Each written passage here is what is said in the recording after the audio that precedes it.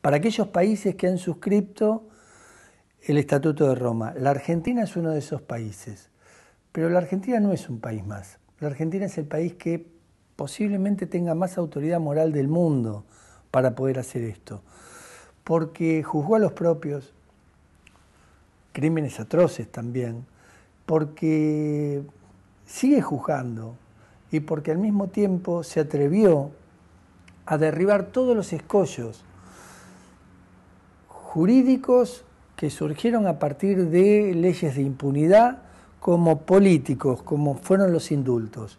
Nosotros tuvimos un caso que fue teóricamente luego del plazo que se había puesto para poder hacer las investigaciones en la Argentina, para poder, en definitiva, buscar, partiendo de la memoria, justicia para lograr verdad.